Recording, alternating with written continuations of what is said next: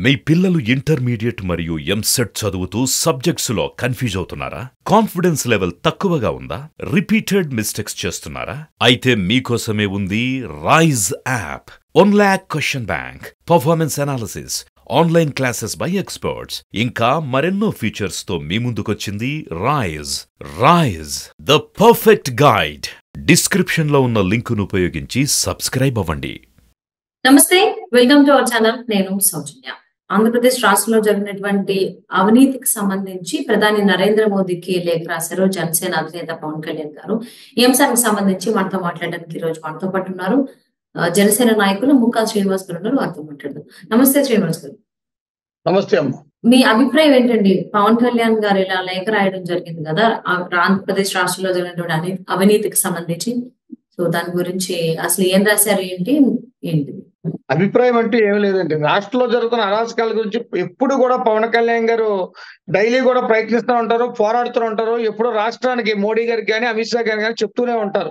దీంట్లో స్పెషల్ గా ఏంటంటే ఇది మరీ ఓవర్ అవినీతి అయిపోయింది. ఇళ్ల పట్టాలు ఇస్తున్నాం, సెంటు భూమి 2 సెంట్లు ఇస్తున్నాం అని చెప్పేసి జగన్మోహన్ రెడ్డి చేసిన ఒక పెద్ద అవినీతి అండి. ఇదైతే చెప్తాను, ఇది ఒక పెద్ద కుంభకోణం. 1,75,000 కోట్లు అని చెప్పి లెక్క చూపించి వీళ్ళు ఒక 60 కోట్ల వరకు ఇచ్చి మిగతా డబ్బులు వీళ్ళ నాయకులు జేబులు వేసుకునే ఒక స్కామ్ అనమాట ఇది. ఈ స్కామ్ ని చాలా క్లియర్ గా ఒక లెటర్ ద్వారా ఈ రోజు ప్రధానమంత్రి గారికి మన పవన్ కళ్యాణ్ గారు వివరించడం జరిగింది.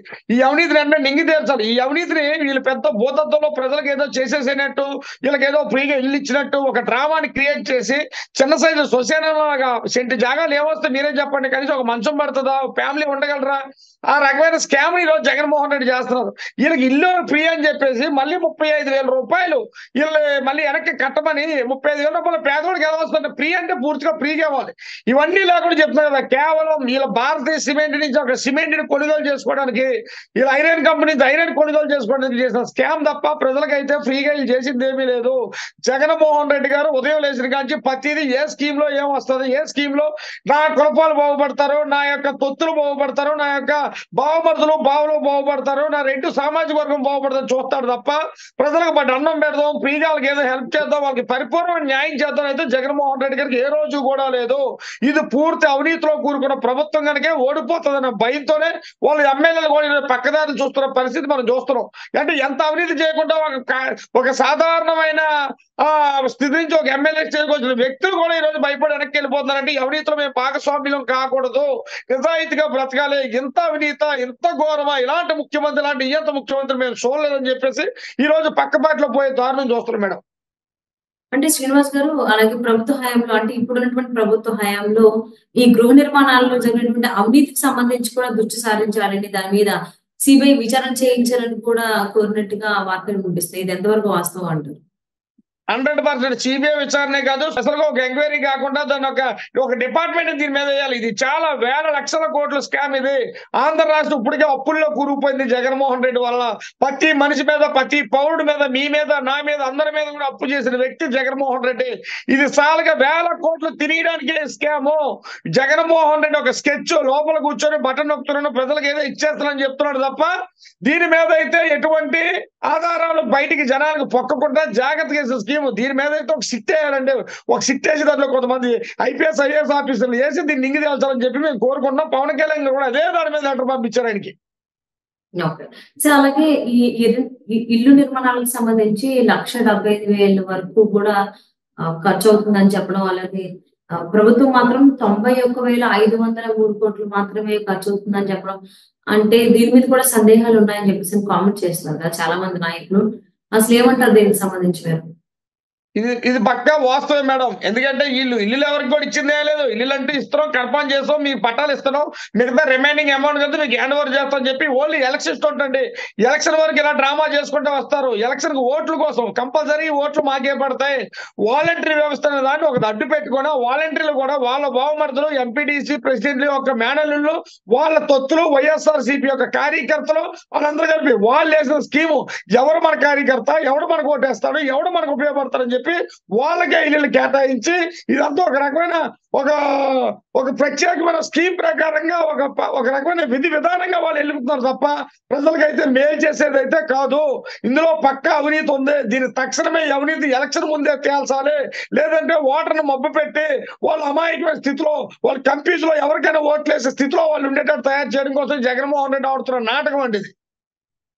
అండ్ అలాగేనండి ఈ ఇళ్ల విషయాలకు సంబంధించి ప్రభుత్వం పేదలను మోసం చేసింది అని అంటున్నారు. ప్రజాధనాన్ని కూడా పూర్తిగా దోపిడీ చేసినట్లుగా కనిపిస్తోందని చెప్పేసి అని కామెంట్ చేస్తున్నారు. ఇది వాస్తవాన్ని చాలా మంది బయటకు చెప్తూ ఉన్నారు. అసలు ఈ విషయానికి సంబంధించి అక్కడ ఏం జరిగిందంటారు?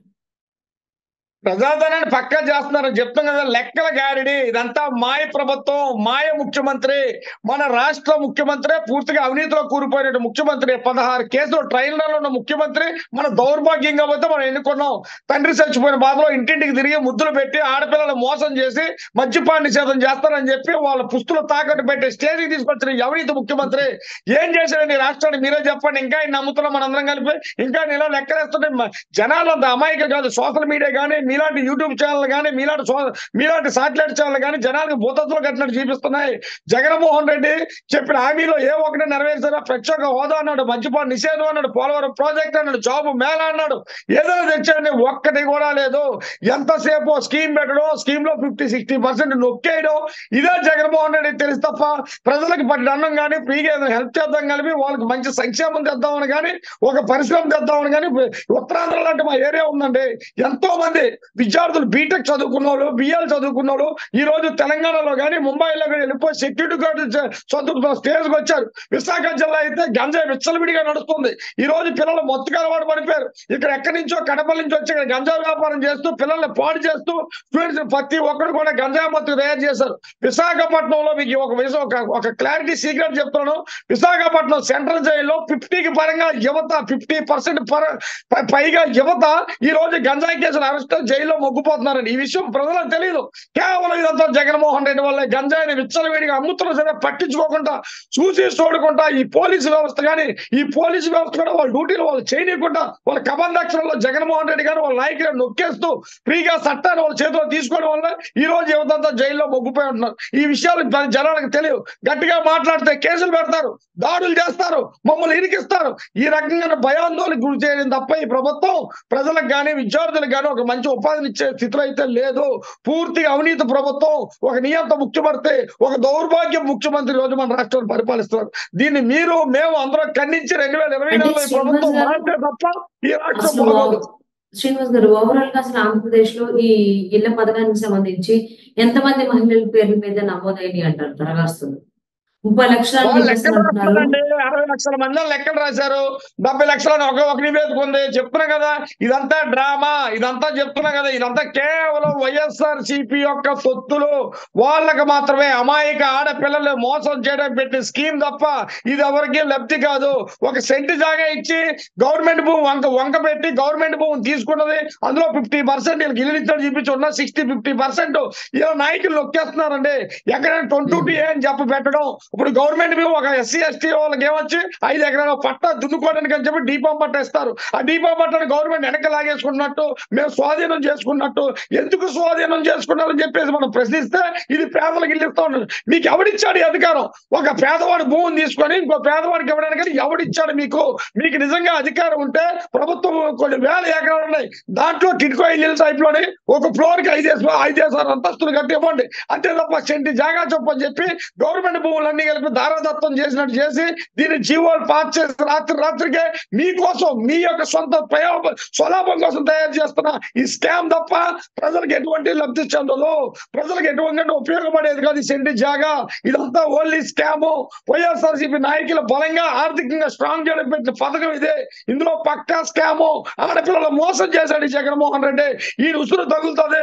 2024లో ఇంటికి పంపించడానికి జనాలు కానీ మహిళలు కానీ చూస్తున్నారు. ఈ అవినీతిని మేము ఎండగట్టి ప్రజలకి విడనార్చాలి. ఇప్పటికే పవన్ కళ్యాణ్ గారు ఒక లెటర్ రూపంలో ప్రధానమంత్రికి ఇచ్చారు. తక్షణమే ఆయన కూడా స్పందించి ఈ జగన్మోహన్ రెడ్డి అరాచకాల్ని ఇప్పటికే అడ్డుకట్ట తెగిపోయి స్కామ్ బయటికి తెగిపోతే ప్రజలు కానీ ఆంధ్రప్రదేశ్ రాష్ట్ర ప్రజలు కానీ చాలా మోసపోతాము, చాలా అన్యాయం అయిపోతాము. మన రాష్ట్రం ఇంకా 10 సంవత్సరాలు వెనక్కపోతుంది. దీని మీద అందరం గలవిప్పాలని చెప్పేసి నేను ఈ రోజు మీ మీడియా ముఖంగా చెప్పడం జరుగుతుంది. అంటే శ్రీనివాస్ గారు ఆఖరిగా ఒక మాట. అసలు ఈ మొత్తానికి ఈ పథకంలో అసలు అన్ని విషయాలను గమనించి, ఈ పథకం అమలు తీరుకు సంబంధించి సీబీఐతో పాటు ఈడీ కూడా విచారణ చేపడితే బావుంటుంది అన్నట్టుగా కూడా వార్తలొస్తున్నాయి. వాళ్ళ అభిప్రాయాలను బయటకు వెలిబుస్తూ వస్తున్నారు కొంతమంది నాయకులు, అలాగే రాజకీయ విశ్లేషకులు. సో, అలా చేస్తే నిజానిజాలు బయటకొస్తాయని చెప్పేసి అనుకోవచ్చంటారా? 100కు 100 వస్తాయండి. కానీ ఇక్కడ ఉన్నదెవరో ఒక అవినీతి ముఖ్యమంత్రి. నిజంగా గాని మీరు చెప్పిన విధంగా వెళ్తే మట్టుకి ఈ అవినీతి బయటపడి బట్టబయలైపోయి జగన్మోహన్ రెడ్డి జైలుకే పోతాడు. కానీ జగన్మోహన్ రెడ్డి అలా కాదు కదా! ప్రజల్లో దోచుకొని వేల లక్షల కోట్లు ఆయన దగ్గర ఉన్నాయి. ఆ డబ్బుతో ఏదైనా చేయొచ్చు, డబ్బుతో ఏదైనా కొనొచ్చు. నేను ఢిల్లీ పోవచ్చు. ఒక విగ్రహాన్ని ముఖ్యమంత్రి ఢిల్లీలో ఉన్న నాయకులకు గాని, ఢిల్లీలో మంత్రులు గాని ఇచ్చి మేనేజ్ చేసుకోవచ్చు. మేనేజ్ చేసే శక్తి నా దగ్గర సొంత బాబా అని చెప్పేసి తమ్ముడినే రేపు అరెస్ట్ అవుతాడానికి ఈ రోజు కేసు మార్చిన వ్యక్తి జగన్మోహన్ రెడ్డి, తలకాయలు మార్చిన వ్యక్తి జగన్మోహన్ రెడ్డి గారు. ఆయన తెలీదా ఏం చేయాలో? ఆయనకి అంతా చెప్తున్నా కదా, డబ్బు దాహంతో కొట్టుకుంటాడు ఆయన. ఆయనకి అంగబలం, డబ్బు బలం అన్ని రకాలు ఉన్నాయని ఎవడో ఏమీ చేయలేడని చెప్పి ఎర్రదీగిపోతున్నాడు ఈ రోజు రాష్ట్ర ముఖ్యమంత్రి.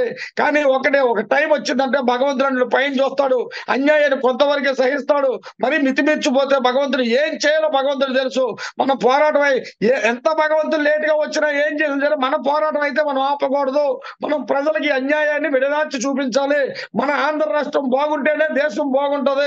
ఆంధ్ర రాష్ట్రం సస్యశ్యామలమైన రాష్ట్రం, ప్రశాంతమైన రాష్ట్రం, 10 మందికి అన్నం పెట్టే రాష్ట్రం. ఇలాంటి రాష్ట్రాన్ని జగన్మోహన్ రెడ్డి గారు కొమ్ములు తిరిగి 170 మంది ఎమ్మెల్యేలు ప్రజలిస్తే దాన్ని గాలి వదిలేసి నిజాయితీగా పరిపాలించుకుంటా రాష్ట్రాన్ని దోసేశారు. కొండల్ని, నదుల్ని, మంచి మంచి వనరుల్ని, ఖనిజాన్ని దోసేసి ఈ రోజు సర్వనాశనం చేశారు ఈ జగన్మోహన్ రెడ్డి. అందుకే ప్రజలు తిరగబడుతున్నారు. ప్రజలు ఇప్పటికైనా తెలుసుకున్నారు.